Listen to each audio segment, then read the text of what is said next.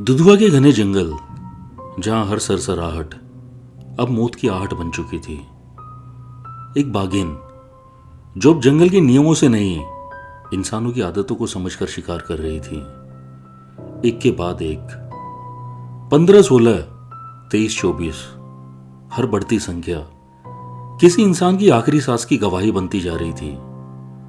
लोग सांस तो ले रहे थे, पर डर के साए में जी कोई नहीं रहा था।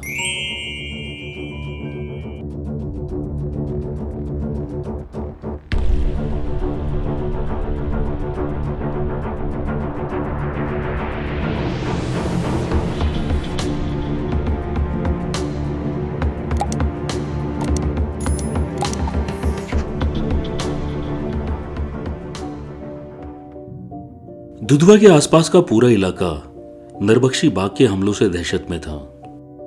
लोगों के चेहरे पर डर, तनाव और गुस्से का मिश्रण साफ देखा जा सकता था। वो घरों से बाहर नहीं निकलना चाहते थे, पर न चाहते हुए भी कुछ दैनिक क्रियाओं के लिए उन्हें गांव से बाहर जाना ही पड़ता था। खेती और पशुपालन आजीविका का मुख्य स्रोत था। फसल बर्बाद ना हो, इसलिए खेतों में जाना मजबूरी थी। तो दूसरी ओर खाना पकाने और ठंड से बचने के लिए जलावन की लकड़ी के लिए इन गांवों के लोग पूरी तरह जंगल से इकट्ठा करी सूखी लकड़ी पर निर्भर थे। फिर शौच या अन्य किसी कार्य के लिए गांव से बाहर जाना ही पड़ता था। इन्हीं सभी कारणों से अंततः मजबूरी डर और जान के जोखिम पर भारी पड़ती। पालतू मवेशी भूखे ना मरे, इसलिए इतनी घटनाएं होने के बाद भी खेतों में घास लेने जाना लोगों की विवशता थी। लोगों को शुरुआत से एक बात पता थी कि बाघ और तेंदुए अक्सर सुबह और शाम के समय ज्यादा सक्रिय होते हैं और दोपहर के समय आराम करना पसंद करते हैं। पर यह बात तो साधारण बाघों पर लागू होती है। जिस बाघ ने पहले ही मानव भक्षण किया हो, वो इंसानों की आदतें भी जान लेता है। वो इतना शातिर हो जाता है कि वो ये भी जान लेता है कि किस समय इंसान शौच के लिए जाता है और किस समय खेतों में अन्य कार्य के लिए।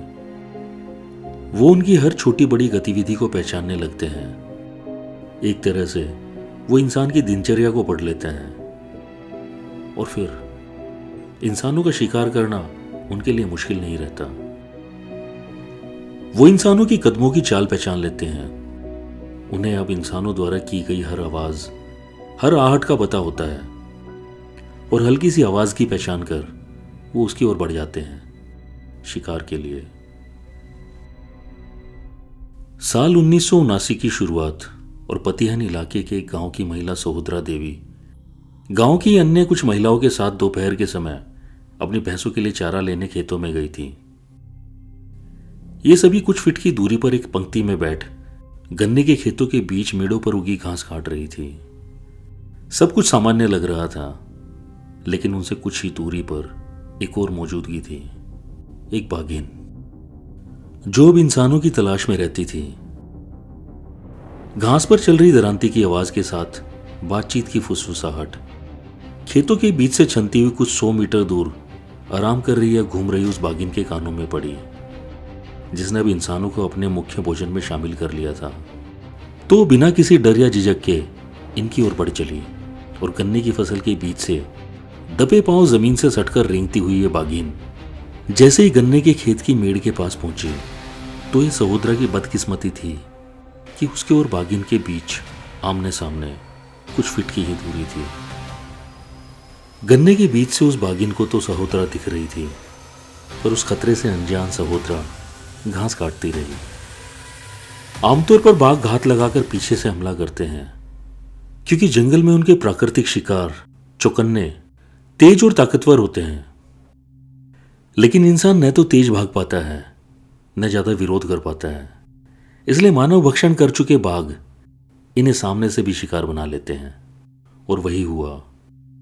अचानक पलक झपकती वो बाघिन गन्ने के खेत से बाहर निकली और इससे पहले सहोदरा कुछ समझ पाती, एक तेज झपट्टा और उसकी गर्दन उस बाघिन के जबड़ों में थी। बस उस एक पल में सहोदरा की एक दबी सी चीख से आसपास घास काट रही महिलाओं की नजर उस ओर गई। सहोदरा की गर्दन अपने जबड़ों में दबाए अपनी ओर उस बाघिन को घूरते देख वो महिलाएं जड़ सी हुई देखती रही।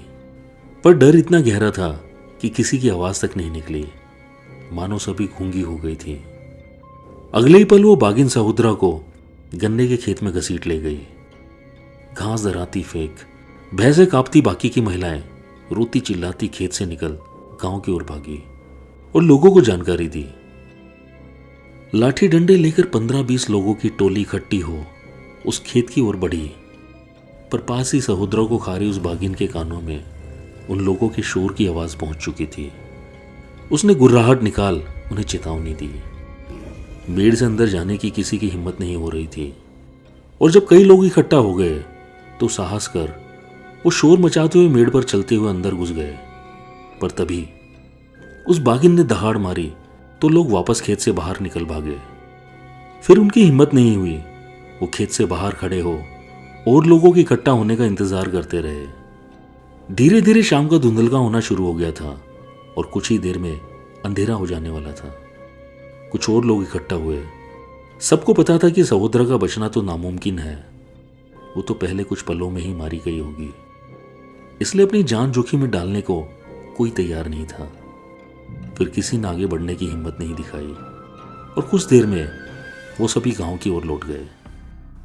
अगले दिन रोशनी की शुरुआत के साथ धीरे धीरे उस गांव के और आसपास के अन्य गांवों के 70-80 लोग घटनास्थल पर इकट्ठे हुए। कनस्तर थाली बजाते, शोर मचाते उस मेड़ पर चलते हुए आगे बढ़े।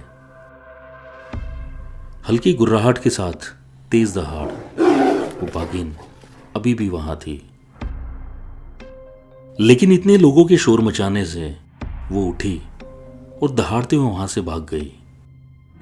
सहोदरा के कुछ हिस्सों को छोड़ वो उसे लगभग खा चुकी थी।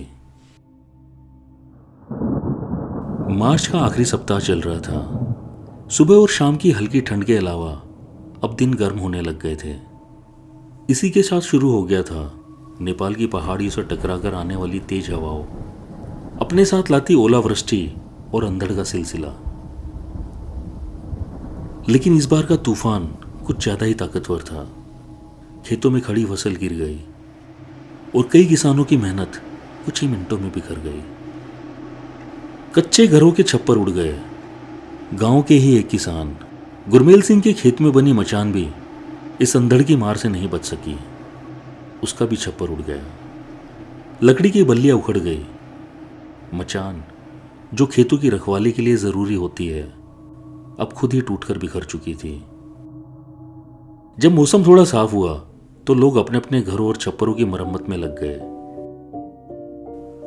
मचान को ठीक करना भी जरूरी था, क्योंकि उसी पर बैठकर तो सुरक्षा पूर्वक खेतों की रखवाली की जा सकती थी। उसने अपने खेतों में काम करने वाले 2 मजदूरों को बुलाया और उन्हें मचान ठीक करने में लगा दिया। दिन का आखिरी पहर चल रहा था। मजदूरों ने मचान ठीक कर दी। अब वो उस पर बने छप्पर को ठीक कर रहे थे और गुरमेल खेत की मेड़ पर बैठकर अपनी भैंसों के लिए घास काट रहा था। लेकिन कुछ ही दूरी पर एक खेत के किनारे घास और झाड़ियों के बीच एक बागिन चुपचाप लेटी हुई थी। वो आराम कर रही थी, या शायद इंतजार, क्योंकि कभी कभी शिकारी हमला नहीं करता, वो पहले सुनता है, समझता है और फिर करता है सही पल का इंतजार। जब गुरमेल छप्पर ठीक करने से पहले मजदूरों को कुछ समझा रहा था, तब उनकी बातचीत हवा के साथ बहते हुए उस बागिन के कानों तक जा पहुंची थी। धीरे धीरे वो उठी। उसके पंजे बिना आवाज किए जमीन पर पड़ रहे थे। घास उसके शरीर को छूकर निकल रही थी, लेकिन कोई आवाज नहीं। वो दबे पांव अब गुरमेल की दिशा में बढ़ रही थी। अचानक मचान पे बैठे एक मजदूर की नजर खेत की गन्ने की फसल पर पड़ी। फसल हवा के हिलने से अलग तरीके से हिल रही थी, जैसे कोई चीज उसके बीच से गुजर रही हो। उसका दिल तेज धड़कने लगा और उसे कुछ गलत होने का आभास हुआ। उसने मचान पर खड़े होकर जोर से आवाज भी लगाई और दूर खेत की मेड़ पर घास काट रहे गुरमेल ने जैसे ही आवाज सुनी, वो खड़ा हुआ और उस मजदूर के हाव भाव देख वो समझ गया और तुरंत मचान की ओर दौड़ लगा दी। उसके कदम तेज थे, लेकिन खतरा उससे भी तेज था। जंगल में कभी कभी एक पल जिंदगी और मौत के बीच का फर्क बन जाता है। गुरमेल अभी मचान तक पहुंच भी नहीं पाया था कि अचानक गन्ने की फसल के बीच से एक विशाल आकृति हवा में उछली। वो बागिन थी। उसने सीधा गुरमेल पर छलांग लगाई, एक ही वार में उसे जमीन पर गिरा दिया और उसके गिरते ही गर्दन में दांत धंसा दिए। गुरमेल के पास प्रतिक्रिया करने का कोई मौका नहीं था। मचान पर बैठे मजदूरों के सामने ये सब कुछ हुआ। उनकी आंखों के सामने उनका मालिक कुछ ही पलों में उस बागिन का शिकार बन गया। डर इतना ज्यादा था कि उनके शरीर जैसे जम गए। उन्होंने चिल्लाने की कोशिश की, लेकिन आवाज गले में ही अटक गई। बागिन गुरमेल को अपने जबड़ों में दबाए उसी खेत के अंदर घुस गई जिससे वो निकली थी। गन्ने की फसल उसके चलने से हिल रही थी और फिर थोड़ी देर में स्थिर हो गई, जैसे कुछ हुआ ही ना हो। मजदूरों ने शोर मचाया, लेकिन आसपास कोई नहीं था। थोड़ी देर बाद कुछ दूर रास्ते से अपने ट्रैक्टर ट्रॉली में खेतों में काम करने वाले मजदूरों को लेकर गांव की ओर जा रहे एक किसान की नजर दूर मचान पर खड़े चिल्लाते मजदूरों पर पड़ी, तो उसने उस खेत की ओर जाते कच्चे रास्ते पर अपना ट्रैक्टर उतार दिया। फिर सभी को लेकर उनके पास पहुंचा। उसने देरी ना करते हुए ट्रैक्टर को ट्रॉली समेत बाग द्वारा गुरमेल को घसीटे जाने से गिरी गन्ने की फसल के पीछे दौड़ा दिया। वो बागिन ट्रैक्टर की आवाज को पहचानती थी। जैसे ही ट्रैक्टर नजदीक पहुंचा, वो गुरमेल को खाना छोड़ वहां से दूर भाग गई। बागिन द्वारा गुरमेल पर हमला किए हुए ज्यादा देर तो नहीं हुई थी, पर वो बागिन कई दिन से भूखी लग रही थी। इतनी देर में उसने गुरमेल के पैर और पीठ का काफी हिस्सा खा लिया था। साल 1979 और गर्मियों की शुरुआत। पटिहन देवीपुरा इलाके का एक छोटा सा गांव। वैसे तो उस इलाके के गांव वालों के लिए यह सब बिल्कुल सामान्य जीवन का हिस्सा था। सुबह होते ही लोग अपने अपने काम में लग जाते। कोई साइकिल उठाकर पास के कस्बे की ओर निकल पड़ता, तो कोई खेतों की ओर। कच्चे रास्तों पर साइकिल चलाना, धूल उड़ाते हुए चकमार्गों से गुजरना, गन्ने के खेतों के बीच से निकलना, ये सब उनकी रोजमर्रा की जिंदगी का हिस्सा था। दिन भर मेहनत और शाम को घर वापसी, फिर अगले दिन वही क्रम। लेकिन पिछले कुछ महीनों में इस साधारण सी दिनचर्या में एक अदृश्य डर शामिल हो चुका था। रास्ते वही थे, खेत वही थे, जंगल भी वही था, लेकिन अब सब कुछ बदल चुका था। एक के बाद एक बाघ के हमलों की खबरें आने लगी थी। पहले लोग इसे एक हादसा समझते थे, फिर दूसरा हुआ, फिर तीसरा, और धीरे धीरे साफ हो गया कि ये कोई इत्तेफाक नहीं था। अब हर रास्ता, हर खेत और हर झाड़ी शक के घेरे में आ गई थी। लोग जब इन रास्तों से निकलते तो पहले की तरह बेफिक्र नहीं होते थे। अब उनकी नजरें रास्ते से ज्यादा रास्ते के किनारे चलती।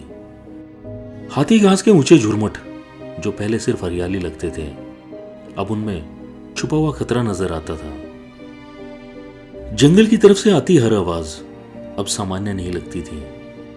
पत्तों की सरसराहट, टहनी का टूटना, यह अचानक छाई खामोशी, हर चीज दिल की धड़कन बढ़ा देती थी।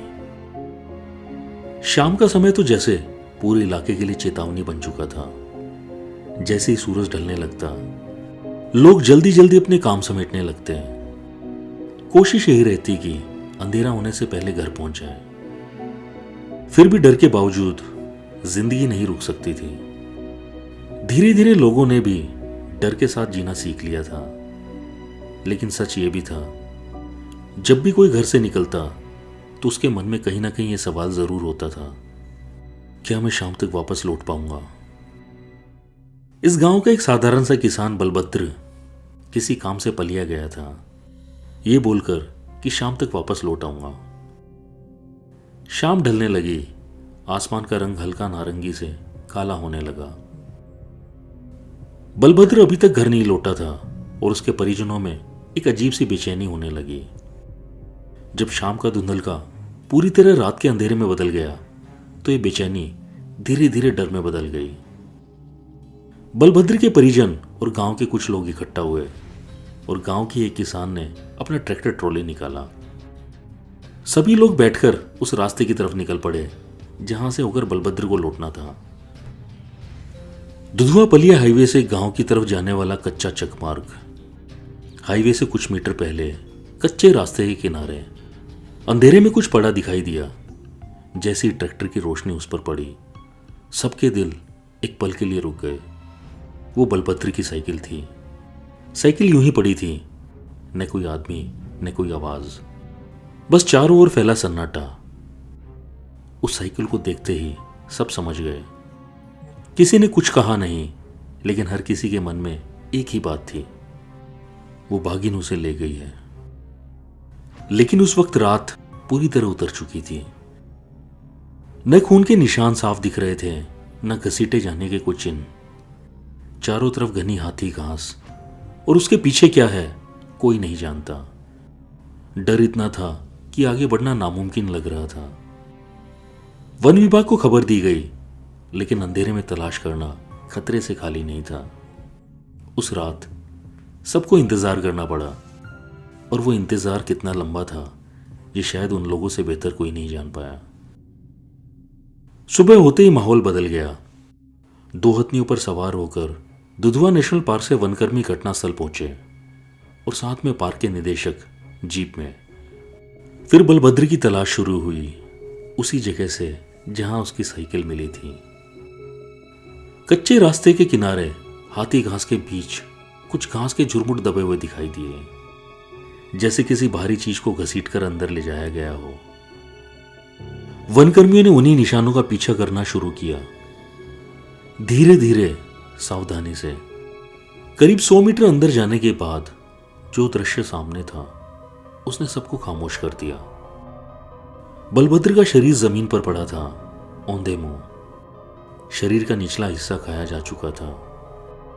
निशानों को देखकर साफ था, बलभद्र शिकार बना एक बाघिन का।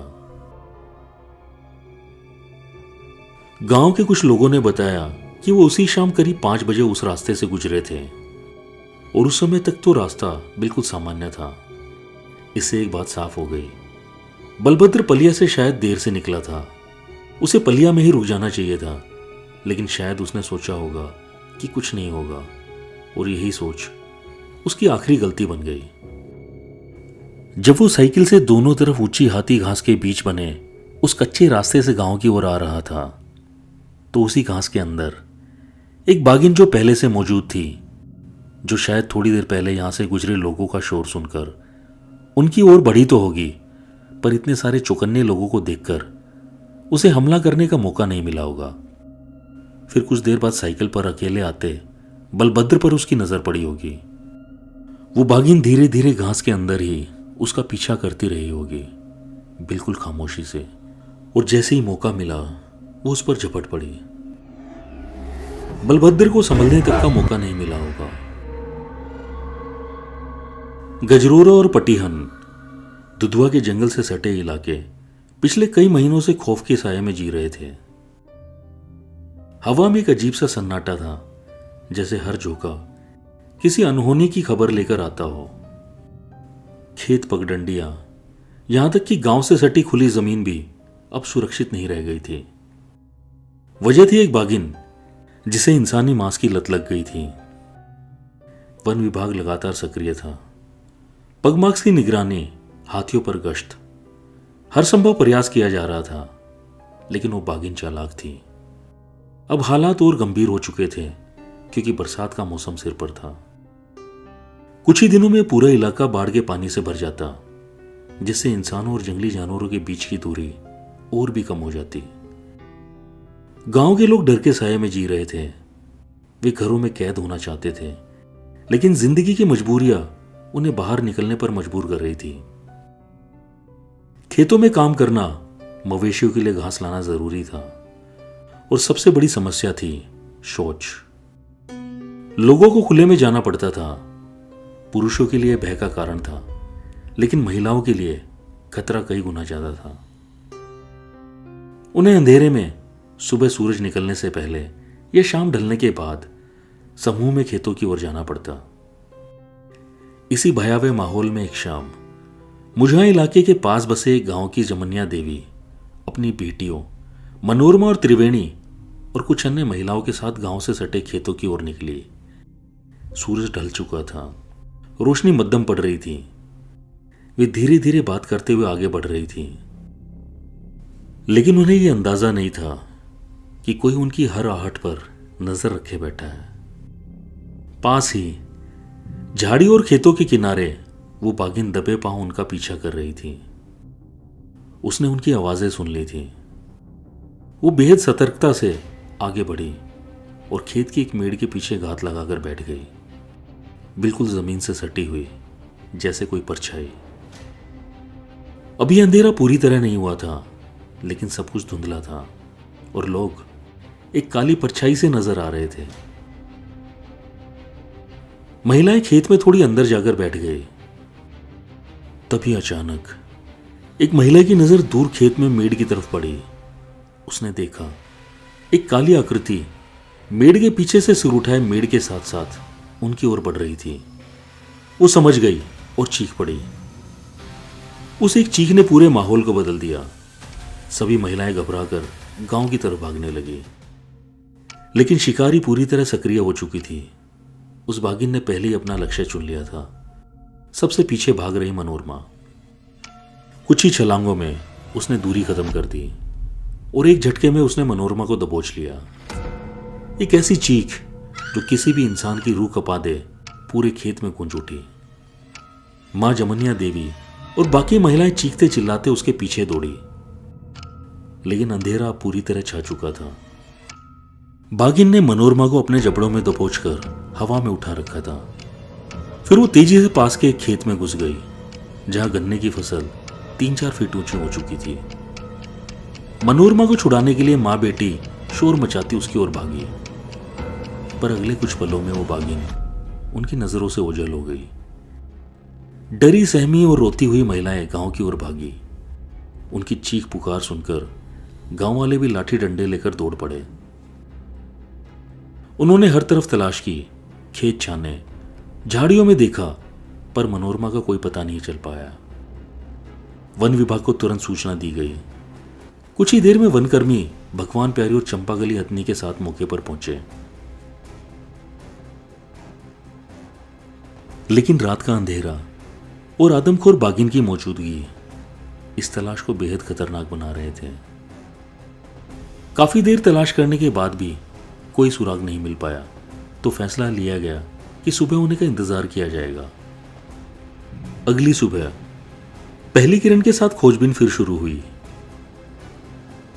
कुछ दिन पहले हुई बारिश के कारण जमीन नम थी और यही नम मिट्टी अब रास्ता दिखा रही थी।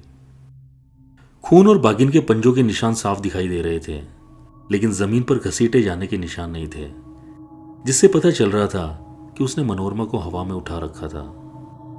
वन विभाग की टीम उन निशानों का पीछा करती रही, एक खेत से दूसरे, फिर तीसरे और आखिरकार जंगल की ओर। जंगल में कुछ मीटर अंदर जाने के बाद हाथी घास के एक घने झुरमुट के पीछे वो दृश्य मिला जिसने सबको अंदर तक हिला दिया। वहां मनोरमा का अधखाया शव पड़ा था। एक और जिंदगी जंगल और इंसान के संघर्ष में खत्म हो चुकी थी, और इस खामोश जंगल में वो बागिन फिर से अपने अगले शिकार की तलाश में घूम रही थी। स्थानीय लोगों और वन विभाग दोनों की नजरों में इन लगातार हो रहे हमलों के पीछे एक ही नाम था, तारा। लोगों का मानना था कि तारा कोई साधारण बागिन नहीं थी। वो इंसानों के बीच पली बड़ी थी। उसका बचपन इंसानों के बीच बीता था और यही उसकी सबसे खतरनाक विशेषता बन चुकी थी। जहां जंगल में पले बड़े बाघ प्राकृतिक शिकार करना सीखते हैं, वही तारा उस तरह का अनुभव नहीं ले पाई थी। उसने इंसानों को बहुत करीब से देखा था, उनकी दिनचर्या, उनकी कमजोरियां, उनकी आवाजें, उनके डर, सब कुछ। और शायद यही वजह थी कि वो इंसानों से डरती नहीं थी, बल्कि उन्हें समझती थी। बिली और टाइगर हेवन में काम करने वाले सेवादार रोज भैंस के कटड़े को तारा की मनपसंद जगहों पर खुले में बांधते हैं और उसके बाड़े के अंदर भी मांस रखते हैं, इस उम्मीद में कि तारा लालच में अंदर आएगी और जैसे ही वो अंदर पहुंचे दरवाजा बंद कर दिया जाएगा। लेकिन तारा हर बार उन्हें मात दे जाती।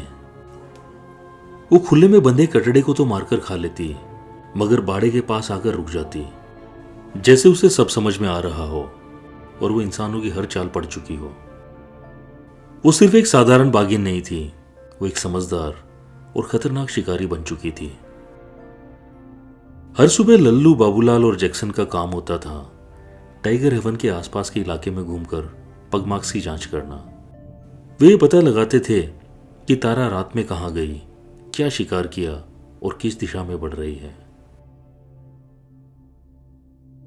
फिर एक सुबह आसमान में हल्की रोशनी फैलने लगी थी, लेकिन बादलों की वजह से सूरज अभी भी छिपा हुआ था।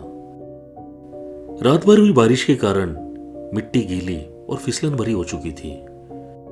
लल्लू अपने कमरे से बाहर निकला और उसकी नजर सीधे तारा के बाड़े के पास पड़ी।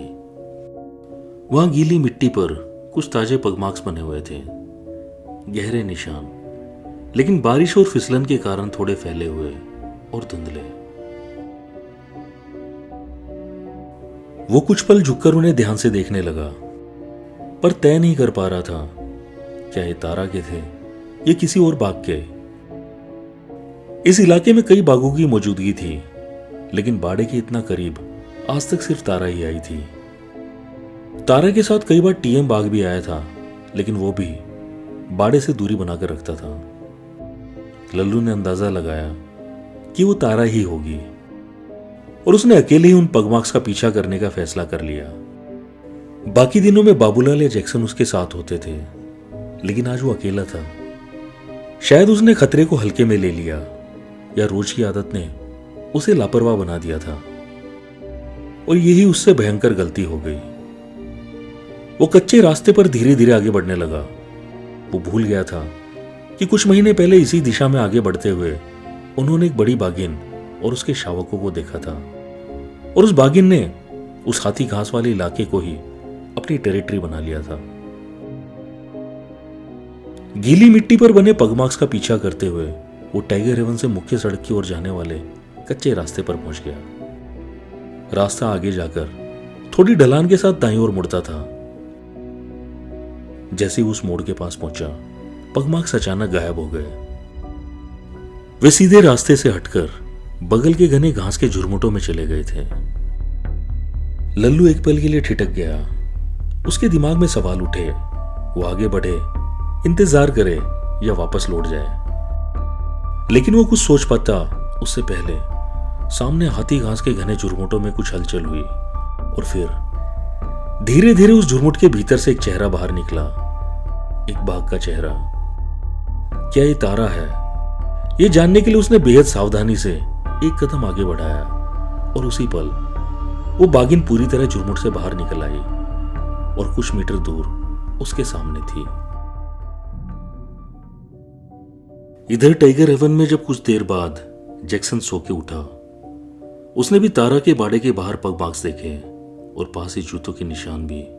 तो वो कुछ समझ नहीं पाया और लल्लू को जगाने उसके कमरे की ओर गया, पर उसे वहां ना पाकर उसे ध्यान आया कि पगमार्क्स के पास ही जूतों के निशान भी तो देखे थे, जो बाघिन के पगमार्क्स के साथ साथ टाइगर हेवन से बाहर कच्चे रास्ते की ओर जा रहे थे। वो समझ गया कि लल्लू पगमार्क्स का पीछा करते हुए गया है, तो जैक्सन ने भी उन निशानों का पीछा करना शुरू कर दिया, और वो भी यहां गलती कर बैठा कि अकेला ही उस ओर चल पड़ा। पीछा करते करते जब वो भी उस मोड़ के पास पहुंचा जहां से रास्ता ढलान के साथ दाएं मुड़ जाता है, तो उसे जमीन पर बिखरा खून, संघर्ष के निशान और ढलान से नीचे कुछ हलचल दिखी। थोड़ा और आगे बढ़ा तो उसके होश उड़ गए। सामने 3 बाघ लल्लू के शव को खा रहे थे। डर से कांपता जैक्सन पीछे मुड़ा और चिल्लाता हुआ टाइगर हेवन की ओर दौड़ा। यहां उसने गलती दोहरा दी। एक तो अकेला ही उस ओर आ गया था, दूसरा वहां से भाग के उसने बाघों की शिकारी प्रवृत्ति जगा दी। लेकिन उसकी किस्मत अच्छी थी कि उन बाघों ने जैक्सन का पीछा नहीं किया। कुछ ही पलों में जैक्सन ने टाइगर हेवन में पहुंचकर वहां बाकी के लोगों को इसकी जानकारी दी, पर उन लोगों की संख्या ज्यादा नहीं थी, इसलिए किसी ने भी उस ओर जाने की हिम्मत नहीं दिखाई। लेकिन वो मदद लेने के लिए रोड तक भी नहीं जा सकते थे, क्योंकि उन्हें उसी कच्चे रास्ते से वहां जाना पड़ता जहां वो बाघ लल्लू को खा रहे थे। टाइगर हेवन के पीछे घास का मैदान था, जहां बीच बीच में हाथी घास के झुरमुट भी थे। पर किसी तरह हिम्मत करके 4-5 लोग कनस्तर, थाली, कुल्हाड़ी और डंडे लेकर उस मैदान को पार कर पास के गांव में पहुंचे। वहां से ट्रैक्टर में सवार होकर पूरा रास्ता घूमकर दुधवा नेशनल पार्क में जाकर इस घटना की जानकारी दी। सूचना मिलते ही चंपा गली, भगवान प्यारी और राज बेगम हथनी पर सवार होकर वन रक्षक और वन अधिकारी टाइगर हेवन की ओर रवाना हो गए। सितारा हथनी पर बाबूलाल और खड़क सिंह भी घास के मैदान से होते हुए टाइगर हेवन पहुंच गए थे। तब तक इस घटना को हुए 2.5-3 घंटे हो चुके थे और जैसे ही उस जगह पहुंचे जहां वो बाघ लल्लू को खा रहे थे, और इससे पहले हथनी पर सवार दुधवा के निदेशक रामलखन सिंह किसी बाघ पर निशाना लगा पाते, उन्हें सामने झाड़ियों में भागते 2 शावक दिखे। हाथियों के आने की आवाज सुनकर वो तीनों बाघ वहां से जा चुके थे। हथनी द्वारा हाथी घास को रौंदकर उनका पीछा भी किया, पर वो सुहेली नदी पार कर दूसरी ओर जंगल में गायब हो गए। लल्लू के शरीर का ज्यादातर हिस्सा ये बाघ खा चुके थे। लल्लू ने तारा को बचपन से पाला था। क्या तारा ने लल्लू को पहचाना नहीं? ये बाघिन तारा थी ही नहीं? क्या लोगों की बात सही थी? लोगों का कहना था कि जंगली जानवरों को पालतू नहीं बनाया जा सकता और मौका पड़ने पर वो अपने पालनकर्ता को भी खा जाते हैं। पगमार्क्स की जांच में पता चला कि एक बाघिन और उसके सब अडल्ट हो चुके 2 शावक थे, जो लगभग 18-20 महीनों के हो चुके थे। इतनी उम्र के बाघ लगभग पूरी तरह बड़े हो चुके बाघों जैसे दिखने लग जाते हैं। वनकर्मियों और लोगों को यकीन था कि तारा ने ही अपने पालनकर्ता लल्लू को मारकर खा लिया है और अब वो पूरी तरह आदमखोर बन चुकी है। उसको मारना अब अत्यंत आवश्यक हो चुका है। लेकिन तारा ने तो इसी साल की शुरुआत में शावकों को जन्म दिया था। उसके शावक ज्यादा से ज्यादा 6-7 महीने के हुए होंगे, और जैसा जैक्सन ने बताया था कि वो तीनों बाघ लगभग समान आकार के लग रहे थे, और उनमें से जो बड़े आकार की बाघिन थी उसे तो अच्छी तरह पहचानता था। वो बड़ी बाघिन थी। बाघिन के पगमार्क्स, लल्लू के कदमों के निशान और घटनास्थल की जांच करके अंदाजा लगाया गया कि जब लल्लू टाइगर हेवन से पगमार्क्स का पीछा करते हुए उस मोड़ तक पहुंचा होगा तो ढलान से आगे वो बाघिन दाईं ओर घास के झुरमुट में चली गई होगी। फिर ढलान के पास लल्लू के समानांतर पड़े कदमों के निशानों से पता चला कि लल्लू वहां खड़े होकर सोच ही रहा होगा कि आगे क्या करे। तभी उसे सामने घास के झुरमुट से बाहर निकला बाघिन का चेहरा दिखा होगा। पहले उसे लगा कि ये तारा है, और क्योंकि उसने तारा को बचपन से पाला था तो उसे यकीन था कि वो उसे नुकसान नहीं पहुंचाएगी। पर वो बाघिन भी लल्लू को पहचान गई थी, क्योंकि कई अवसरों पर लल्लू उसे कनस्तर पीट पीट कर भगा चुका था।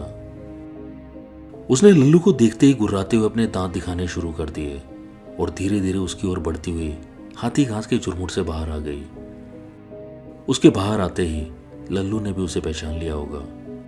शायद तभी उसके 2 शावक भी उस झुरमुट से बाहर निकल आए होंगे। अपने सामने कुछ दूरी पर 3 बाघों को देख लल्लू का खून सूख गया होगा। वो मुड़ा और तेजी से टाइगर हेवन की ओर भागा, पर गीली जमीन पर वो शायद फिसल कर गिर पड़ा और उसके पीछे भागते बाघों का शिकार बन गया।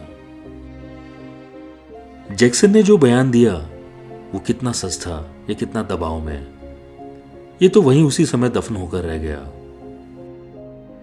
बाघिन 2.5 से 3 वर्ष की उम्र में यौन रूप से परिपक्व हो जाती हैं और मीटिंग के लिए तैयार मानी जाती हैं, जिसके बाद लगभग 3 महीने का तो गेस्टेशन पीरियड भी होता है। तो भी उस समय तारा के शावक 18-20 महीने के नहीं हो सकते, क्योंकि तारा तो खुद अभी 40 महीने की ही हुई थी।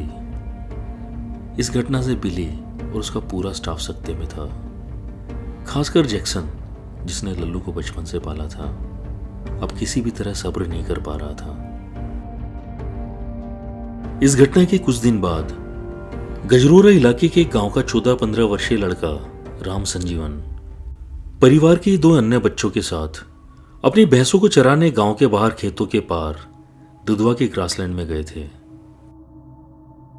दोपहर करीब 2-3 बजे भैंसों को चराने के बाद ये तीनों अलग अलग भैंसों पर बैठकर उन्हें हाँकते हुए वापस गांव की ओर आ रहे थे। सबसे पिछली भैंस पर राम संजीवन बैठा था। गांव की ओर जाते चकमार के दोनों ओर गन्ने और लाही यानी सरसों की फसल से लहलहाते खेत थे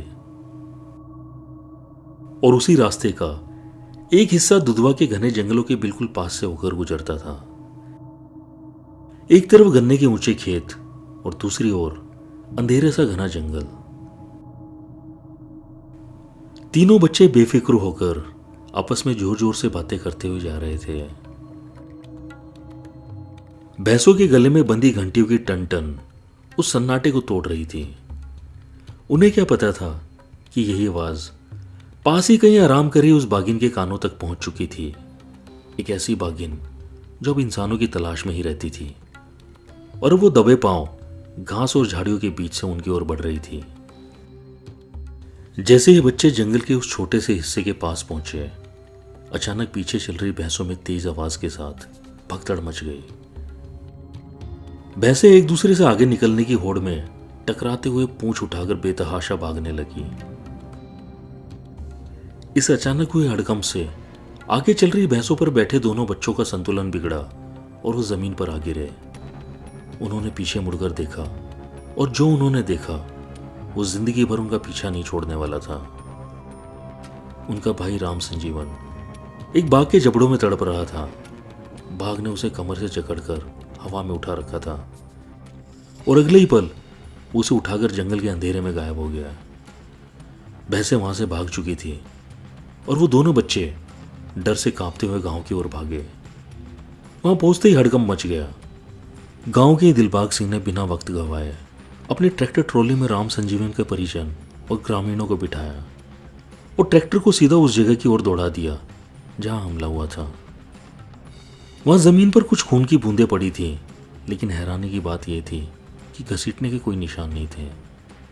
सिर्फ मिट्टी पर गहरे पंजों के निशान जो ये बता रहे थे कि शिकारी कितना ताकतवर था। लोग लाठी डंडे लेकर शोर मचाते हुए जंगल में घुस गए। राम संजीवन को खोजने की कोशिश शुरू हुई, लेकिन जैसे जैसे वो अंदर बढ़ते गए जंगल की खामोशी और भी भारी होती चली गई। हर पत्ता, हर सरसराहट अब डर पैदा कर रही थी। पंजों के निशानों का पीछा करते हुए जब वो कुछ दूर अंदर पहुंचे, अचानक झाड़ियों के भीतर से गुर्राहट की आवाज गूंजी और सबका दिल जोर से धड़कने लगा। डर और गुस्से के बीच ग्रामीणों ने हिम्मत जुटाई। लाठी डंडे जमीन और झाड़ियों पर पटकते शोर मचाते हुए आगे बढ़े और तभी वो बाघ राम संजीवन को वहीं छोड़ जंगल की गहराई में भाग गया। लेकिन जो दृश्य उनके सामने था वो किसी भी इंसान को अंदर तक तोड़ देने के लिए काफी था। बाघ ने अभी उसे खाना शुरू नहीं किया था, लेकिन जीभ से चाटने के कारण उसके सिर के बाल त्वचा के साथ उतर चुके थे। ये भयानक मंजर देख सबकी रूह कांप गई। कुछ लोग वहीं बैठकर रोने लगे तो कुछ के अंदर गुस्सा उबाल मारने लगा। वन विभाग को सूचना दे दी गई। अगले दिन जांच में पाया गया कि घटनास्थल पर मिले पग मार्क्स एक बाघिन के थे, लेकिन बिली ने इन पग मार्क्स को भी तारा के होने में असहमति जताई। अब सवाल ये था, अगर वो तारा नहीं थी तो फिर कौन थी? गांव में आक्रोश फैल चुका था। आसपास के गांवों के लोग इकट्ठा हुए। धरना प्रदर्शन शुरू हो गया। लोगों की एक ही मांग थी, इस बाघिन के आतंक से उन्हें छुटकारा दिलाया जाए। स्थिति को देखते हुए दुधवा नेशनल पार्क की सभी हथनियों को जंगल से सटे इलाकों में गश्त के लिए लगा दिया गया। कुछ दिनों तक सब शांत रहा। ऐसा लग रहा था जैसे खतरा टल गया हो। लेकिन जंगल कभी सच में शांत नहीं होता और एक दुर्भाग्यपूर्ण दिन उस बाघिन ने फिर हमला किया। एक और इंसान उसका शिकार बन गया।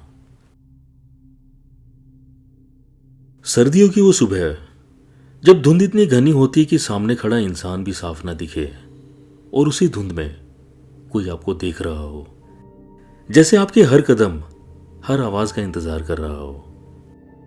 अब दिन छोटे हो गए थे और रातें लंबी ठंडी और खामोश।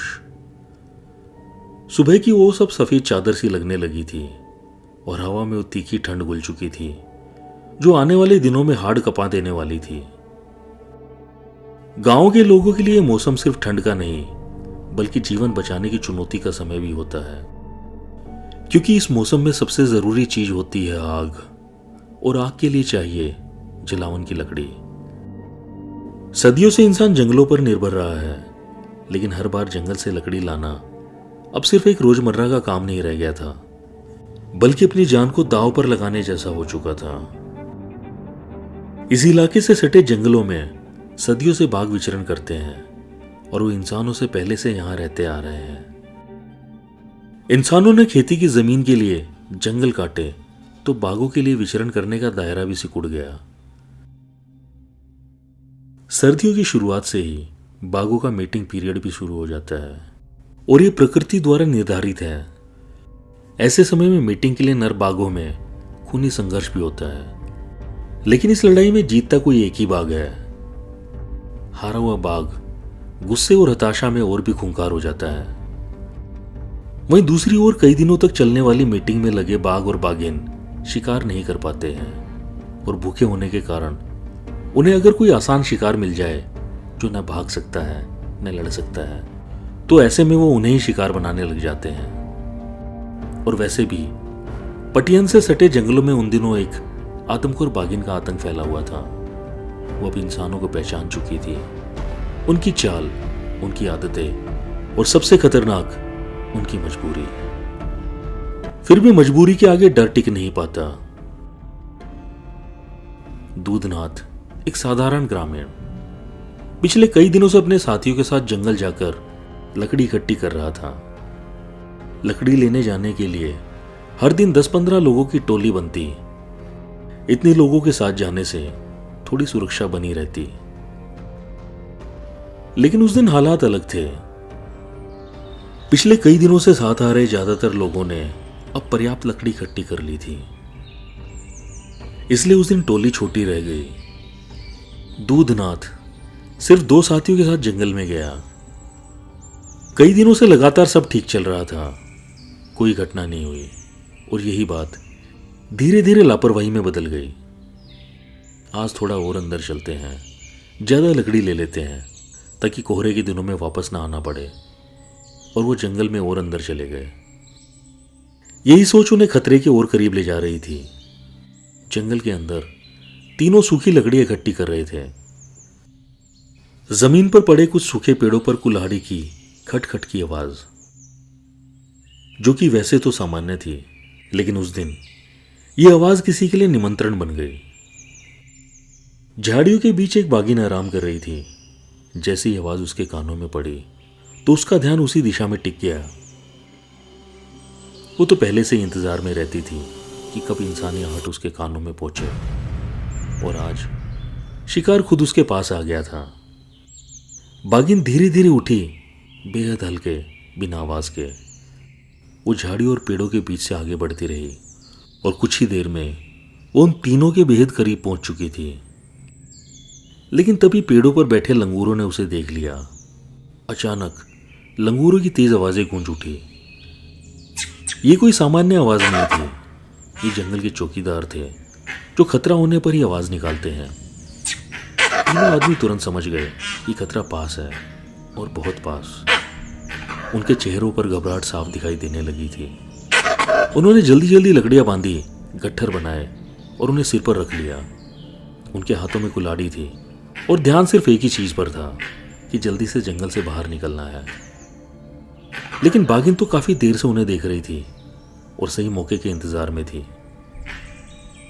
इतने समय तक इंसानों का शिकार करते करते वो एक बात अच्छे से समझ चुकी थी, जब तक इंसान के हाथ में कुल्हाड़ी है वो खतरनाक है, लेकिन जब उसका ध्यान बढ़ता है वो कमजोर हो जाता है।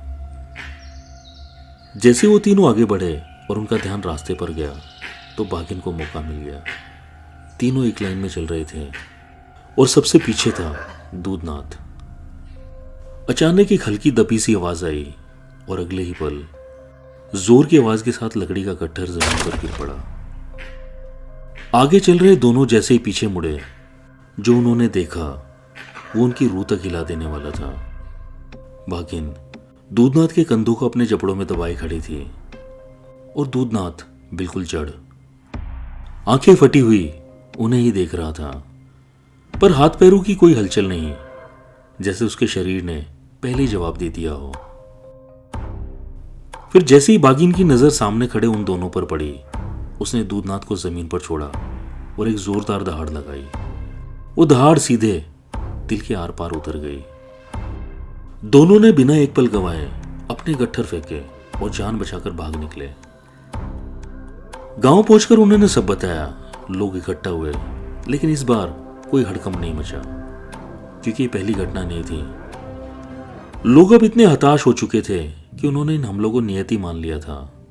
उन्हें पता था जब तक वो उसे ढूंढेंगे बहुत देर हो चुकी होगी, और जो मिलेगा वो होगा एक अधखाया शव। वन विभाग को सूचना दे दी गई और कुछ घंटों बाद भगवान प्यारी और चंपाकली नाम की हथिनियों पर सवार वनकर्मी पहुंच गए। उन्होंने खोज शुरू की, साथ ही लोगों से नाराजगी भी दिखाई कि बार बार मना करने के बाद भी जंगल में क्यों जाते हो। लेकिन शायद इस सवाल का जवाब किसी के पास नहीं था, और कहीं ना कहीं वनकर्मी भी ये बात अच्छी तरह जानते थे कि यहाँ के लोगों का जंगलों के बिना गुजारा नहीं होगा।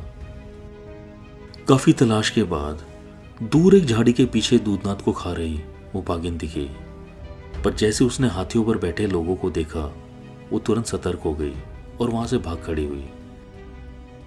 वो अब ये समझ चुकी थी कि हाथियों पर बैठे इंसान ज्यादा ताकतवर होते हैं।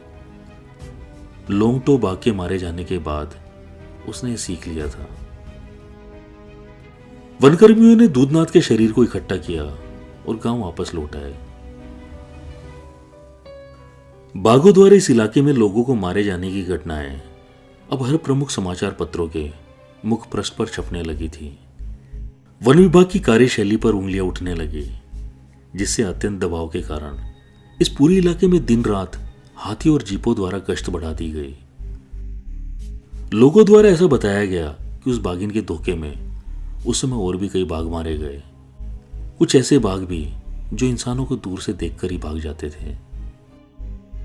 सिर्फ इसी इलाके में ही बाघों के हमले की खबर नहीं आ रही थी, बल्कि नेपाल से सटे सीमावर्ती इलाकों से भी बीच बीच में बाघों द्वारा इंसानों को मारे जाने की खबर आती ही रहती थी, और लोगों ने शायद उन सभी घटनाओं से भी तारा को जोड़ दिया था।